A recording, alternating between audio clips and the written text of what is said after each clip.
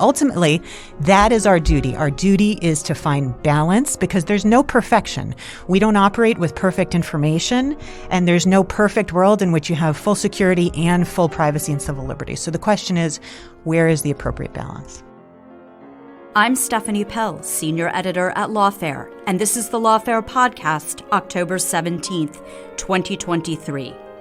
On September 28th, the Privacy and Civil Liberties Oversight Board, or PCLOB, issued its long-awaited report on FISA Section 702, a surveillance authority that is set to expire on December 31st if it is not reauthorized by Congress.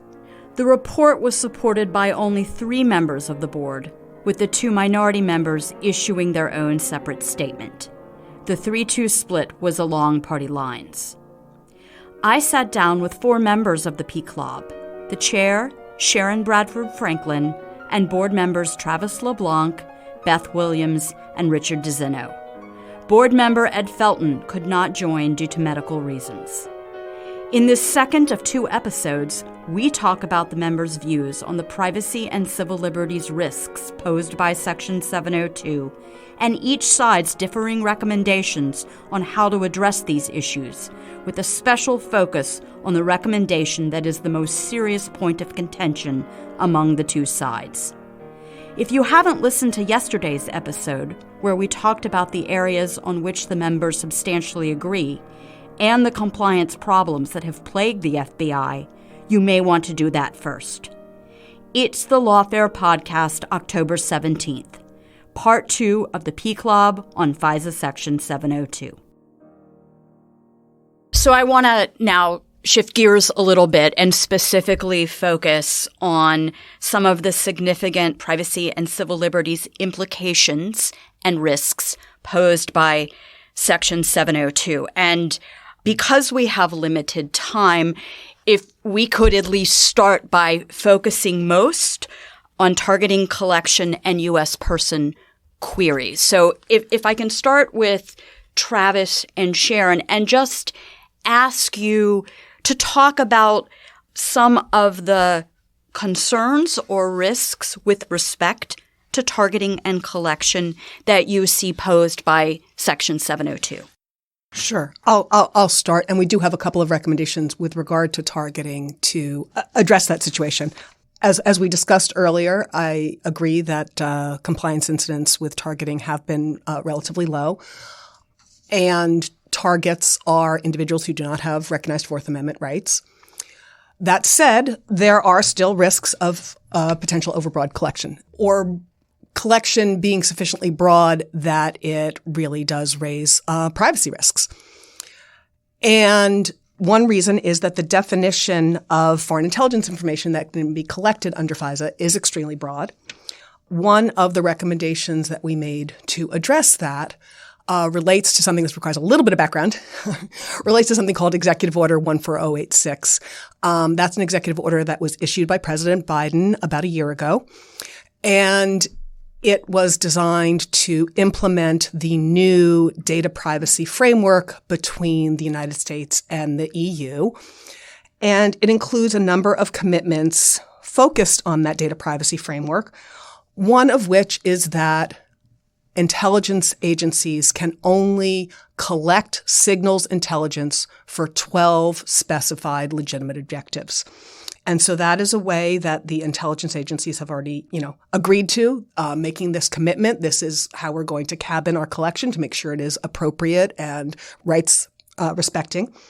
And I should also say it is already applicable to Section 702.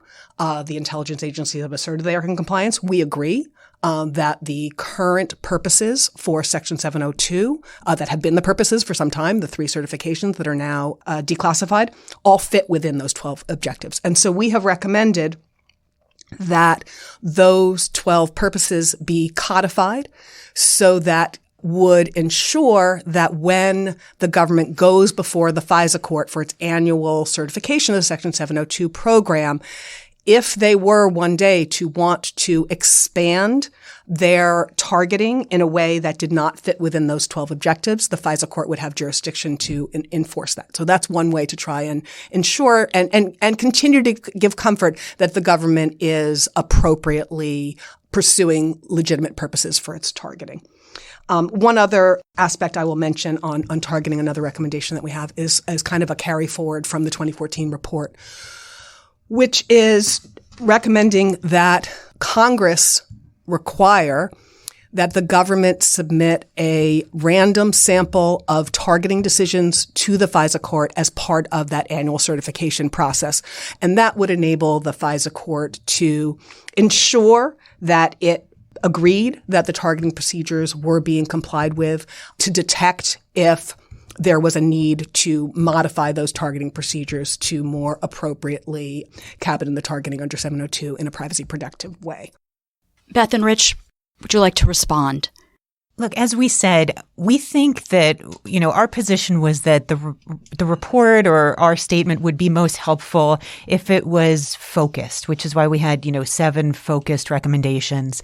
Targeting is largely going very well, as we said. And so we focused our recommendations where the compliance problems actually were. Yeah. And I would just add on the 2 specifics that Sharon pointed out. I think this is where we significantly disagree with the analysis, especially with respect to, first, the definition of foreign intelligence. There is, in the majority analysis, essentially an assertion that there is risk there without any analysis of the likelihood of that risk or where that risk falls or what that means, and essentially saying this is too broad and therefore these measures need to be put in place. And I think our job is to identify where there are privacy and civil liberties risks for sure, but to understand the context of the risks that are in play and mitigating measures that minimize those risks. And so in our view, there's no evidence that we saw that there's an effort by the government to really go to the outer limits or exceed the limits of exploring surveillance for the purposes of moving outside of the definition of foreign intelligence. There's also no evidence of any effort to expand the categories of information that the government is seeking to address. And so I think it's helpful to have kind of a sober analysis of, is this a potential risk that the government is essentially overplaying its hand or moving outside the bounds of the statute? If it is, how are they controlling that? And are they, I think the words were used, that are they appropriately pursuing legitimate purposes for their targeting? In our review, we saw no evidence that there was inappropriate purpose for targeting. There was just none that we came across. And so are the procedures in place to mitigate some of the risks that are associated with that? In our view, that they are. And so, that kind of leads to, I think, a disagreement on whether or not that's an appropriate recommendation. I would just add that I think that we have some more skepticism of the FISC than maybe our colleagues do. The FISC serves a very important purpose. The FISC being the Foreign Intelligence. The Foreign Intelligence Surveillance Court. They serve a very important purpose. I am glad that they are there, but they're not. The Carter Page surveillance that we think was very problematic was done pursuant to a warrant authorized by the FISC. And so, with regard to codifying the executive order, I think the purpose of that, as stated in the majority report, is to allow the FISC to then have oversight and oversee all these purposes. I'm not sure that the FISC is the panacea. Yeah, I am surprised that that Beth and Rich have a healthy skepticism of an Article III judge and judges. All of these judges are nominated by the president. They are confirmed by the United States Senate, and they are making judicial decisions every single day in criminal and civil and foreign intelligence matters. I find it hard to grapple with the concerns around the FBI and the culture at the FBI, and to conclude that we should trust the FBI more and trust courts less. That is really concerning to me.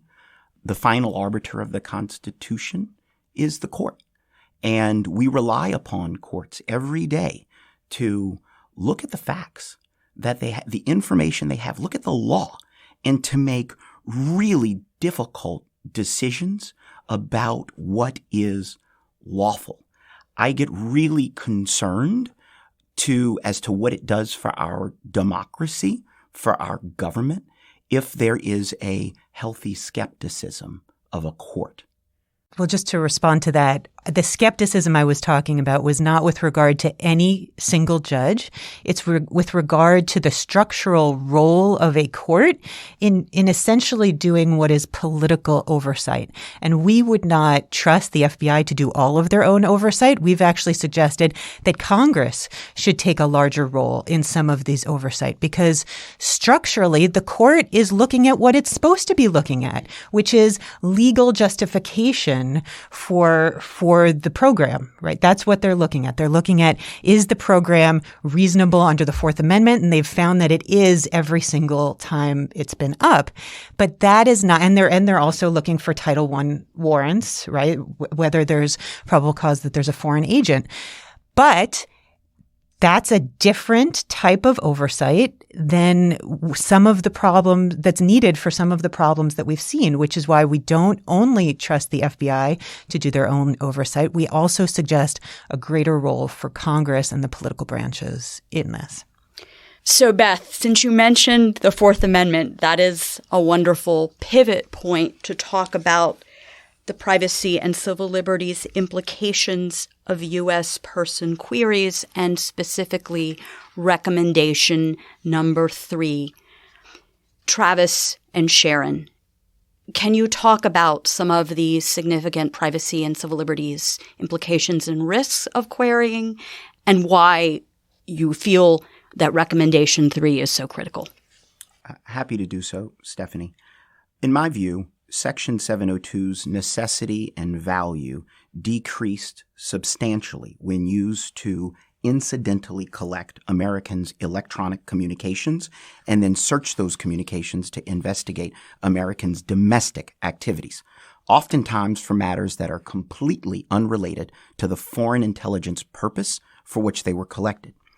In my view, the querying of U.S. persons by the intelligence community needs more oversight and could be further aligned with foundational democratic principles that promote transparency, accountability, independent oversight, and reform, even in highly classified national security programs.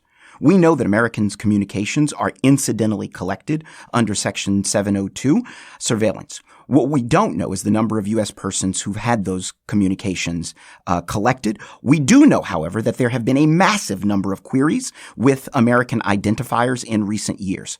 Just the FBI alone in 2020, there were 1.3 million queries, 3.4 million in 2021, and approximately 204,000 in 2022. Although the number of U.S. person queries by the FBI dropped dramatically in 2021 due to a series of reforms that the FBI implemented the year before, 204,000 is still a very large number. That's more than 550 U.S. person queries every single day, and is many orders of magnitude larger than the number of U.S. person queries performed by the rest of the intelligence community combined. When you add all the U.S. person queries in the last few years, they amount to approximately 5 million such searches by the FBI and thousands of searches by NCTC, CIA, and NSA, all seeking to obtain Americans' private information, and all done without the individualized and particular approval of a court. Although Section 702 is touted as a foreign intelligence tool, it is apparent that a key feature is domestic intelligence and criminal law enforcement. While it may be efficient to search Section 702 collections for U.S. identifiers 5 million times, we must also look at the efficacy or value of those queries. During the course of the last 2 years, we have had many classified briefings on the value of the Section 702 program, including briefings specifically on the potential value of U.S. person queries to the program. Thus far, however, I have seen minimal to negligible examples of value for querying U.S. persons through often many years old Section 702 collections. So I ask, what do you have to show for the 5 million queries? Where are the criminal prosecutions associated with the 5 million queries? In 2018, the number of F2 orders obtained was 0. In 2019, the number was 0. In 2020, the number was 0. In 2021, the number was 0. And at the same time, we know there have been compliance incidents where the government failed to obtain an F2 order, even though it was supposed to do so. In short, the current court order requirement in Section 702 is too limited and has failed to offer any meaningful protection for privacy and civil liberties. But beyond the massive querying of Section 702 collections for U.S. persons, the lack of examples where such queries could not have been pursued with consent and or exigent circumstances. So our recommendation provides an exception for the government to review the content of U.S. person queries if they obtain consent from the individual impacted, or if there are exigent circumstances. When you look at all the examples that are given, we've yet to see any where they couldn't have obtained that. So the board's report also, though, finds that compliance incidents are rampant at FBI in particular. As I mentioned earlier, it includes the improper searching of political leaders such as members of Congress, social advocates, religious community leaders, and even individuals who provide tips or who are victims of crime.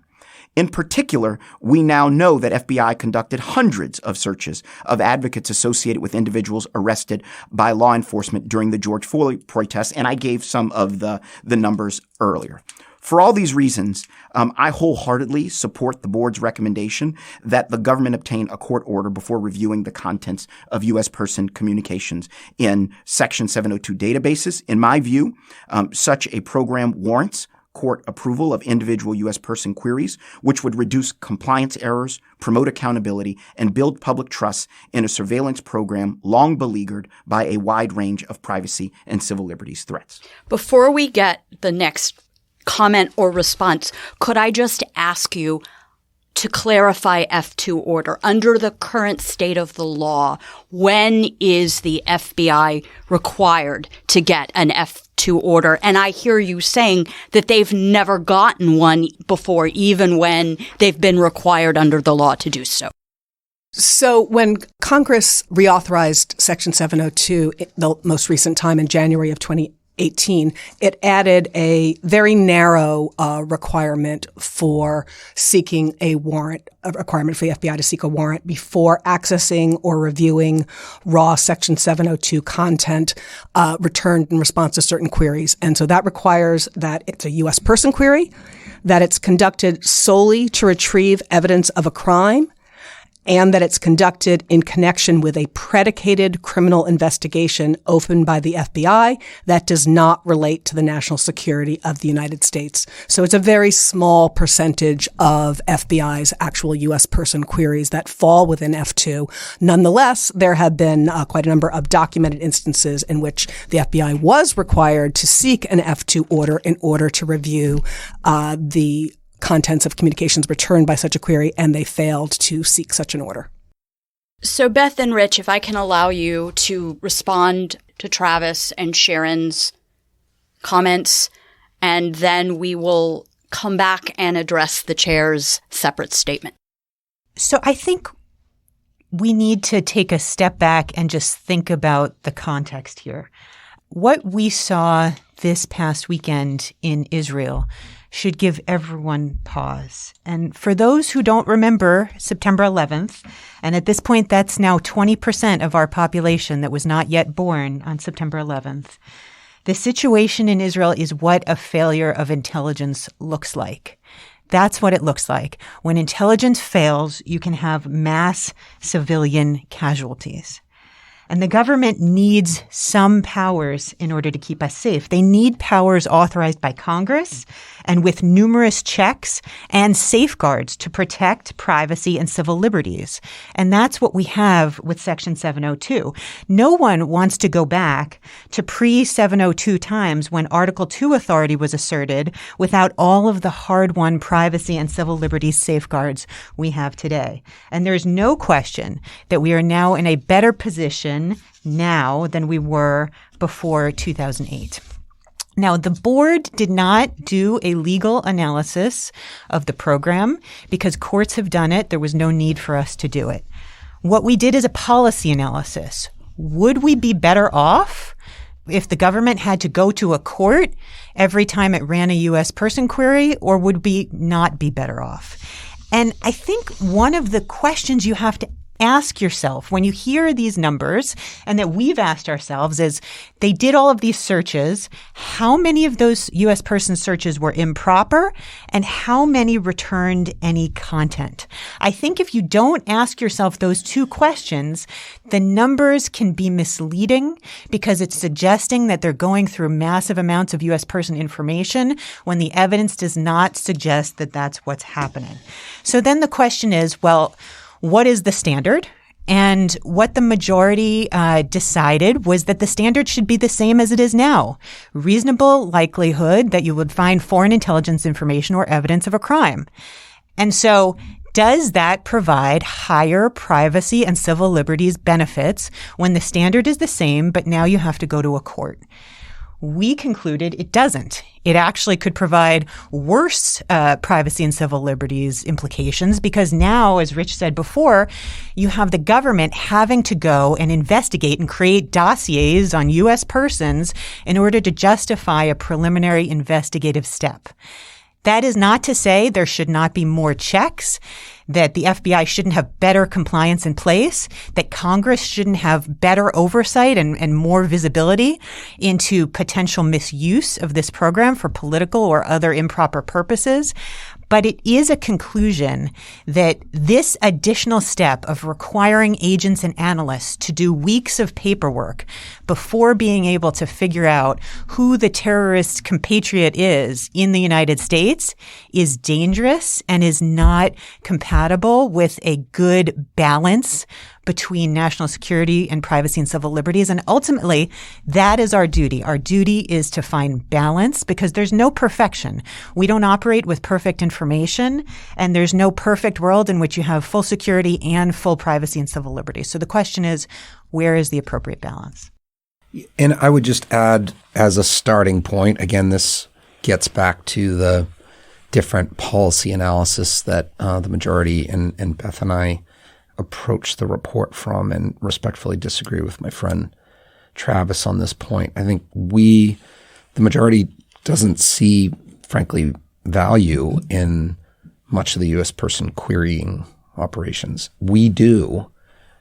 In our briefings, we've heard a number of examples where that part of the program literally saved lives.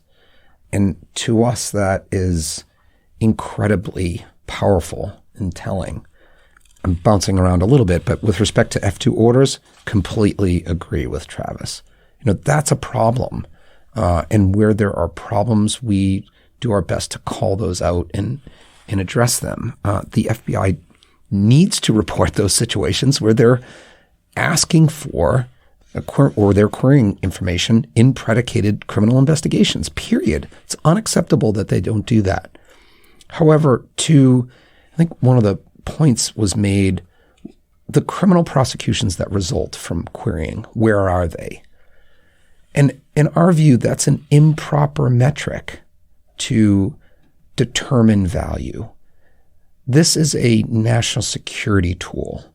And in our view, we shouldn't be using a national security tool in order to produce criminal investigations. The opposite should be the case. We should be deterring domestic law enforcement from using this tool to develop domestic criminal investigations. And to say that the lack of domestic criminal investigations is evidence of the lack of value, I think is turning that point on its head. And so we just really, that's sort of the starting point that leads into everything that Beth just mentioned. I'd like to speak to recommendation 3 first before I speak to my own separate statement and respond to some of the points that have been made. So first of all, with regard to the lack of criminal prosecutions as a metric, there only have been 9 prosecutions, as we detail in our report, where they've relied on evidence from Section 702 and provided the notice to those criminal defendants. And none of those have they said it came from a query. But from 702 generally. But if queries are largely for the purpose for FBI of seeking evidence of a crime, then that to me seems like a very clear tie-in. And so if they need to query to seek evidence of a crime, then it should be something that is leading to criminal prosecutions. But they have never identified any prosecution where they did rely on evidence coming from a query. One other point I'd like to make, I know Travis also wants to speak to recommendation 3, and then we can come back to me speaking to my separate statement, is I don't understand how it is more privacy invasive to develop the factual predicate necessary for approval of the query. First of all, recommendation 3, unlike my separate statement, holds to the same standards that the agencies are already meeting. And so if they already have to show that they're meeting that same query standard, they should already be doing that information gathering and compiling and writing up that justification to meet that query standard anyway. Will a FISA court likely require more documentation, maybe a more thorough packet? Most people would expect that the answer to that is yes, but they're already supposed to be meeting that standard, so there shouldn't be any more investigation. But also, in our American legal system, we don't say it is more privacy invasive for the police to gather the evidence necessary to support a search warrant rather than to simply go into somebody's home and search it without a search warrant. It is a fundamental tenet of our American legal system that establishing that predicate, that information necessary to support the search, to support that invasion of privacy is how our system works. And I don't understand how that would be more privacy invasive. I believe that recommendation 3's requirement for FISA court approval is a thoughtful, balanced recommendation that really is tailored to the concerns that we had heard from the intelligence community. We heard concerns that if every time they ran a query, they had to go to a court, that the FISA court would be overloaded with the number of queries. Imagine 5 million applications to the FISA court, right? You can only imagine how burdened that court would be. And as Beth has pointed out, the FBI only has access to 3.4% of the 702 collections. Again, why they would need to query 3.4% for 5 million times is something that I scratch my head over, especially if we're talking about a cyber incident and you're querying data from 2017 about a cyber incident in 2023. Cyber data gets outdated pretty quickly. But of the 3.4% and the 5 million queries, in 2022, FBI personnel accessed content returned by U.S. person queries for only 1.58% of such queries. So of the, 2022, the 204,000 U.S. person queries that they did, they only got a hit on 1.58%. Now, why is that? Well, my initial inclination, that just shows that it's a fishing expedition when you're running it and you're coming up with that.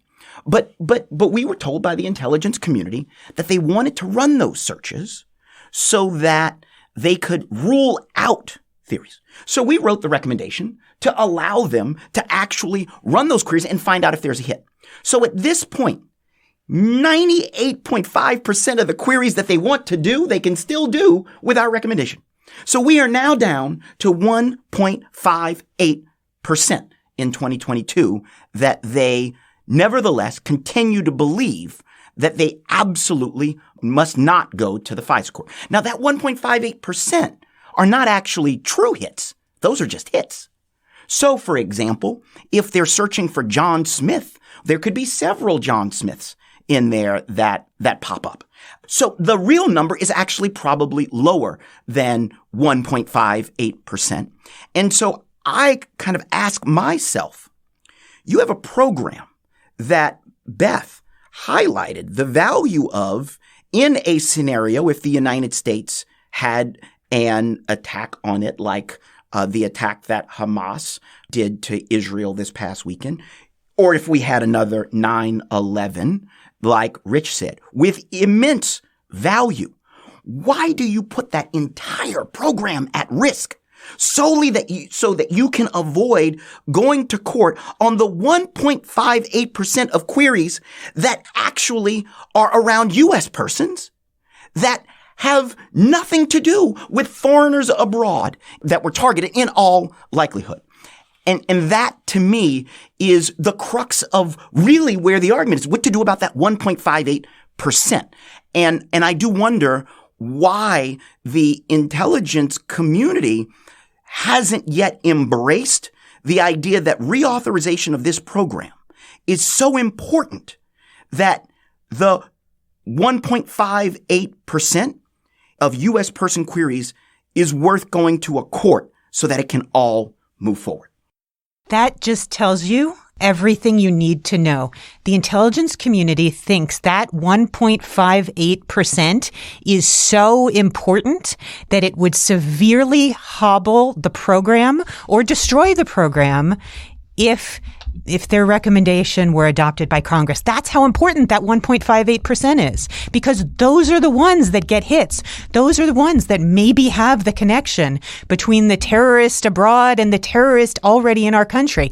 That's why it's so important. And if you are going to wait 2-3 weeks to maybe put your package together and try to get a court to approve it before you see the contents of the hit, so you know that there's contents there, you know that they're talking to the foreign terrorist abroad or the foreign target. The reason it's 3.2%, the reason the FBI only has 3.2% is because those are targets of predicated national security investigations. So what an analyst or an agent will do is they will search to see if the U.S. person in question is in communication with the bad guys that they already know about.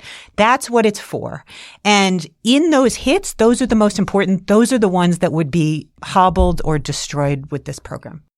So I strongly disagree that the program would, as a whole, be severely hobbled.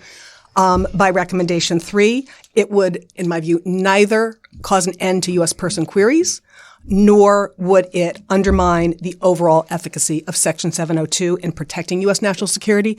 The vast majority of the examples of efficacy that the board reviewed and that we found value in are from the overall targeting and focus on the foreigners outside the United States. That is where the vast majority of value comes from. In terms of the value of U.S. person queries, they can have value, but the strongest case really is in what the government has often referred to as victim queries or defensive queries. And many of those might actually be accommodated by the consent exception that is built into recommendation 3. So I would dispute that characterization. But I would like to speak briefly also to my separate. Can I just say one last thing? I'll go 20 seconds on this and then you have at it on just 20. If the 1.58% of U.S. person queries that return hits are so important to this program, where are the prosecutions? Where are the examples of value? The government has struggled this year to show examples of value. And even where they have been able to show them, the exceptions that we've made for consent and exigent circumstances would accommodate them. So in the end, the actual zone of disagreement is probably well below 1%. I believe it is critically important that Congress require judicial review, independent judicial review for U.S. person queries before the government can review and access the results returned by a query. We talked a little bit earlier about how at the front end, at the targeting stage, there is no individualized review of targeting decisions. That is appropriate. Those are individuals who do not have recognized Fourth Amendment rights. But Americans do have recognized Fourth Amendment rights in their privacy and in the privacy of their communications.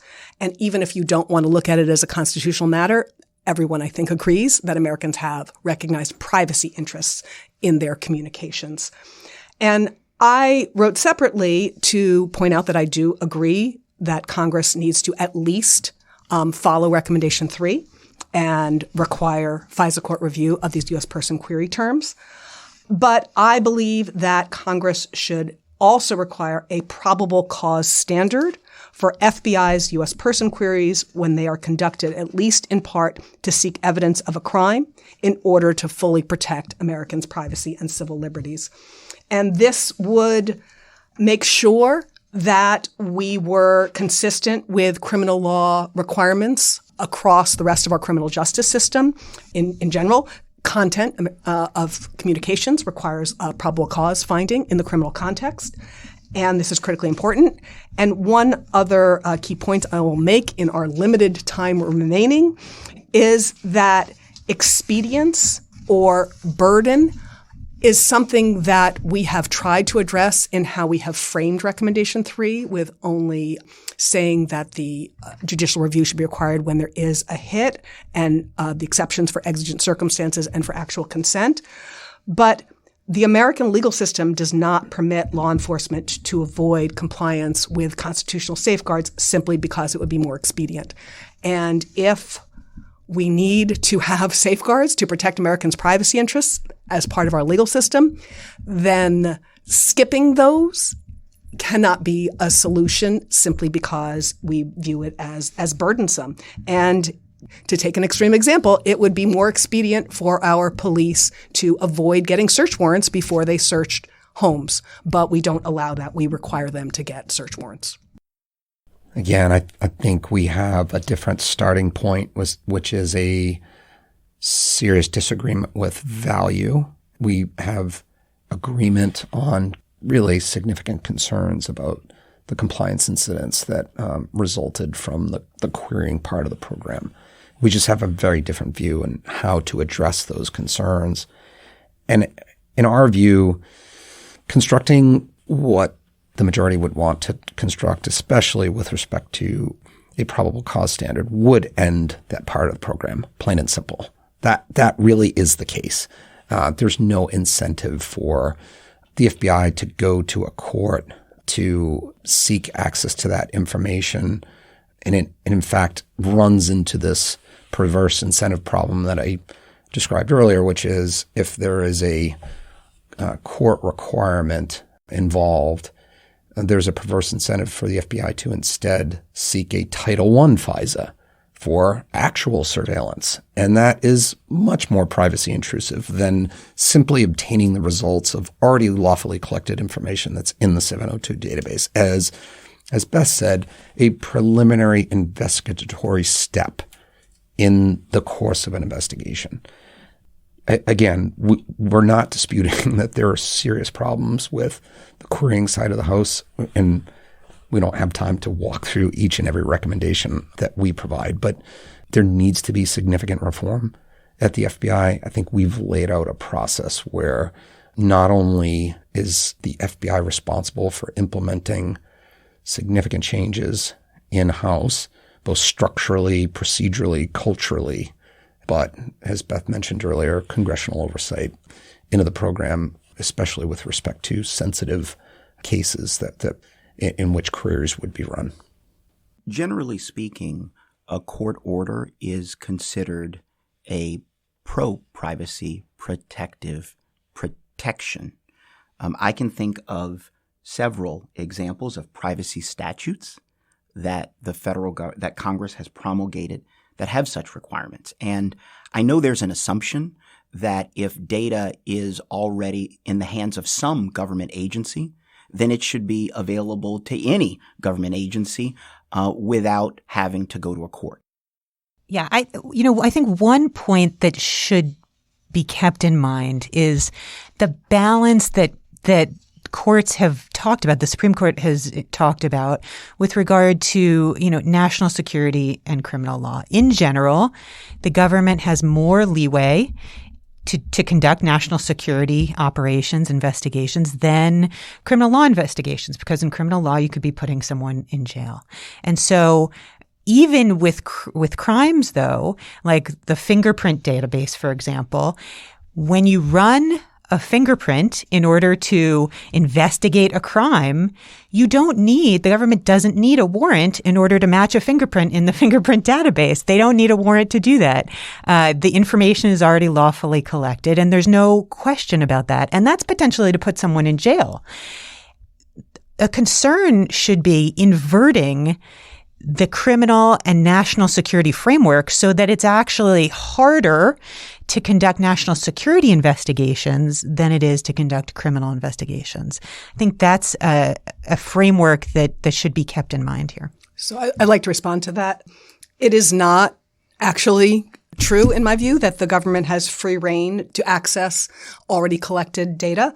In my separate statement, I actually go through a Fourth Amendment analysis on how the initial collection under Section 702 is a seizure, and the subsequent U.S. person query is a search, and analogized to a Supreme Court decision, Riley versus California, where the police had collected defendants' cell phones incident to arrest, and the Supreme Court held that they needed a separate search warrant in order to search through the contents of the cell phone. And the similar process and similar analysis would apply in this context. It is not simply true that the government has free rein to use otherwise lawfully collected information for any lawful purpose.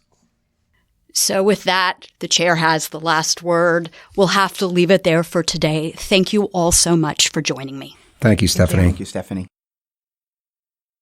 The Lawfare podcast is produced in cooperation with the Brookings Institution. You can get ad-free versions of this and other Lawfare podcasts by becoming a Lawfare material supporter through our website, lawfaremedia.org/support. You'll also get access to special events and other content available only to our supporters. Please rate and review us wherever you get your podcasts. Look out for our other podcasts, including Rational Security, Chatter, Allies, and The Aftermath, our latest Lawfare Presents podcast series on the government's response to January 6th. Check out our written work at lawfaremedia.org. The podcast is edited by Jen Patja-Howell, and your audio engineer this episode was Kara Schillen of Goat Rodeo. Our music is performed by Sophia Yan. As always, thank you for listening.